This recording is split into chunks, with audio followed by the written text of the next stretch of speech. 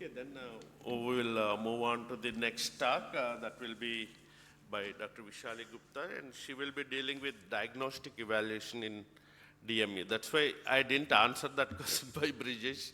She will answer that Thank more you. efficiently. Thank you, Dr. Babu. Dr. Babu is like my mentor, so it's really an honor to follow him. And I will be essentially talking whatever he is spoken about and talking about more of the diagnostic. So it's kind of a continuity in the talk. So he showed this very beautiful pictures that the patient might come to you with very early non-proliferative diabetic retinopathy. So you know it's very early. You really do not have to do any imaging other than fundus photography for the documentation. We move forward. The non-proliferative diabetic retinopathy is not very early. It's somewhere between mild to moderate, but still it's not severe. Again, the diagnosis is clinical, but at this point of the time, you should pay attention. Is there any associated macular edema or not? So to look at the macular edema, please don't try to look at the macular edema in the fundus photographs or the ultra-wide field photographs because you will likely to miss the macular edema. The way to look at the macular edema is a good stereoscopic clinical examination. There are criteria by ETDRS when to define macular edema, but in simple words, if you see the retinal thickening or you see these hard exudates, these are the monoocular clues that there is retinal thickening. So if you see something like this, you know there is macular edema. Sometimes the problem happens is there is a retinal thickening and you can make out, but many times you will not be sure whether there is macular edema or not. So that is the scenario when you would do OCT to look at the thickening. So when you do OCT, the aim is that your OCT scan, besides the graphs and the chart and the retinal thickness, it should pass through the center. If it is passing through the center, you would see whether it is center involving macular edema or it is non-center involving macular edema. Because if it is center involving diabetic macular edema, you've got to give anti-VEGF injection. If it is not involving the center, anti-VEGF is not required. So far, it's just the clinical exam, fundus picture, and OCT. When you do OCT, Dr. Babu showed you, you will have different patterns of macular edema that you will see. Now, on the top, you see something like sponge-like thickness, as if the water has been, soaked by the sponge. So the whole retina becomes spongy. If it is a sponge-like thickness, go to the foveal scan. If it is center involving anti-VEGF, if it's not center involving, we will come to that subsequently. The second pattern is the cystoid macular edema. You see these large cysts, and you can see this is actually a time domain scan. So you don't need spectral swept sources to tell you there is macular edema. As a comprehensive ophthalmologist, whatever OCT you have is absolutely fine. So if you see cystoid macular edema, one thing for sure you know, there is no laser for this patient. You need a good systemic control. You need to bring the thickness down, and that you can do with the help of anti-VEGF injections. If they don't work, then maybe steroids. The third pattern is serous detachment, and I have put the fundus picture on the sides because clinically they all look similar. So you don't have this classification based on the clinical exam. So if you see serous detachment, always get a renal profile done because many of these patients may be having microalbuminuria, and ACE inhibitors and all do have a role. Treatment, serous detachment responds very beautifully to steroids, but I'm not saying you start it. Start on anti-VEGF steroids. It goes away very quickly and get a good systemic control. Now comes the last part where you have the hyaloid, which is attached to the broad-based adhesion to the retina, which is called taut posterior hyaloid, or you may have a vitreomacular traction. If that is the case, these are the candidates which are neither for injection, they are nor for laser. Straight away you have to go to surgery. Now, the component which was left was that you have seen on OCT the edema is not involving the center, and you have decided that this patient needs focal laser. Now comes the role of angiogram. Angiogram is not required to make the diagnosis of macular edema.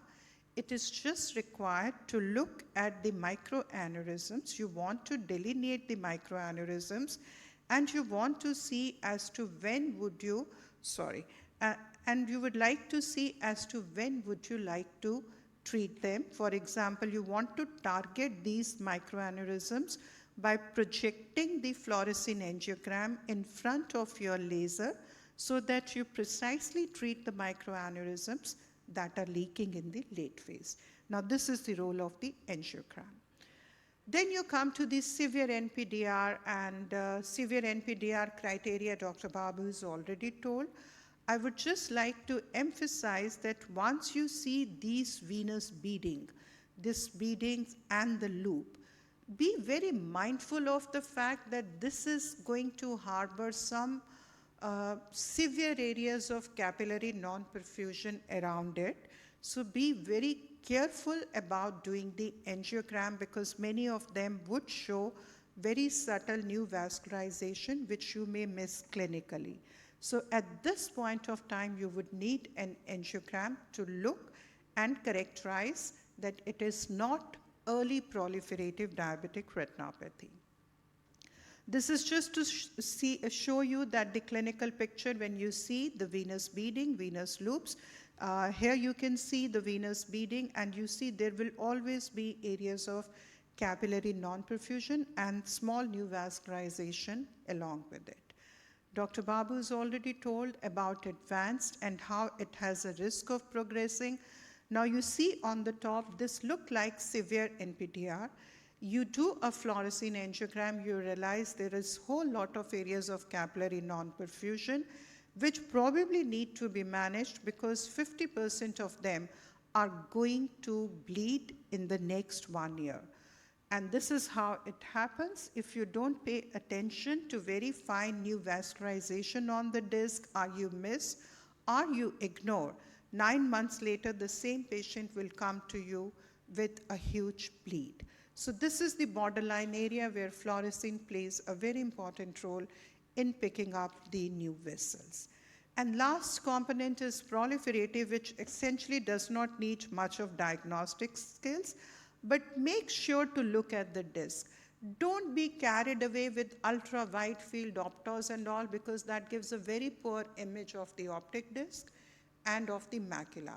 So key point for me personally, for comprehensive ophthalmologist, is not to miss the NVD and major NVEs. So you can't be focusing in the periphery and missing out on the disc. So always look at the disc with your stereoscopy, direct ophthalmoscope, or the standard images. And this is the fine NVD on the surface of the disc, as you can see. If you are seeing NVD angiography, honestly doesn't have a role, because it is just going to say that these new vessels are there, which are becoming hyper, but you are seeing them clinically as well. So these new vessels bleed. So if you see new vessels, you just start with the treatment without any angiograms. This is how they bleed. So this is showing the trickling of the blood from the new vessels to pre-retinal bleed. Pre-retinal bleed could also come from a small new vessel, and you may not be able to see those new vessels. 1 minute to conclude. Yes, I'm almost done. But anytime you see a pre-retinal bleed or mild vitreous hemorrhage, it automatically means there are new vessels, so you can start with the treatment without waiting for angiography or anything. This question was asked, like sometimes there are subtle new vessels, and you are confused between ARMA and new vessels would be raised cogwheel-like, ARMAs would not be, but if you are in doubt, get an angiogram, new vessels would leak, ARMA will not. The last stage where it develops proliferative tabletop traction, you don't need any investigations except if there is a vitreous hemorrhage and you want to rule out, you may do ultrasound, otherwise there is absolutely no need to do. So last part is that when you are talking about imaging, it's very important to characterize diabetic retinopathy, mostly on what Dr. Babu has taught you. And once you have characterized, you will need very minimal imaging to diagnose and document. And that's it. Thank you. Vishali. She really highlighted several points actually in the initial stage of diabetic macular edema. On OCT, you can really define that center is getting involved and you need to have a strategy of management. When it is exactly center involving, then you should not do the lasers, anti-VEGFs or steroids depending upon whether serous foveal detachment is not there or not. And she highlighted that on OCT, if you are seeing a bilateral serous foveal detachment, you should investigate for nephropathy. Either microalbuminuria also should be ruled out. If you see the FA, again, what Brijesh asked, we have clearly told you when to go for FFA. When you are definitely in doubt, it's always better not to hold and get the FFA done. But one thing I want to ask you, Vishali, is the systemic control. You said that any diabetic macular edema, when it is present, you would like to control the systems and then decide the treatment. How long would you treat before you say that I will go for the treatment, or you will start the treatment and then expect the patient also to control the system simultaneously?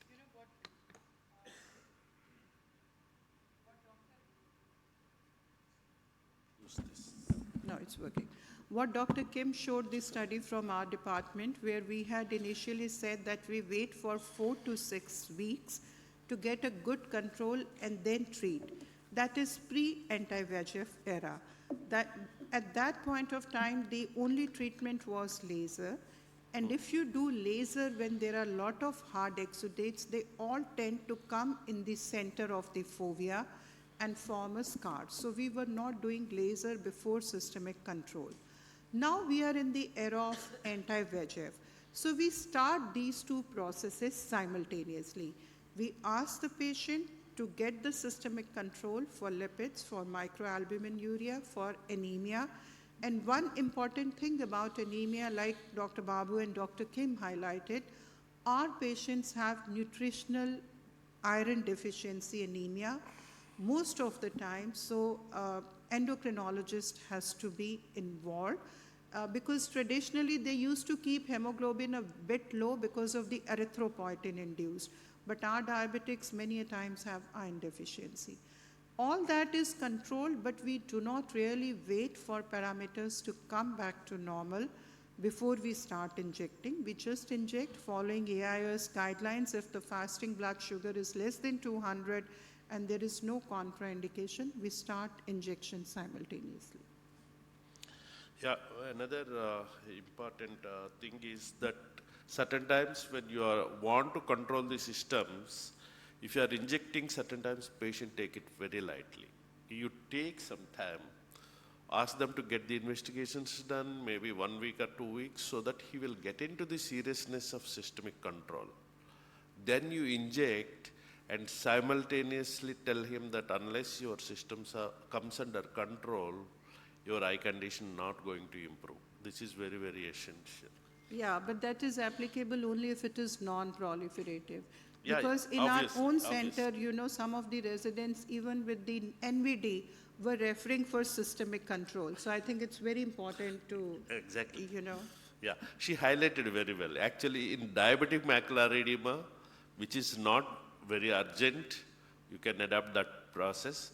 But in proliferative, especially high-risk proliferative, you should not wait simultaneously.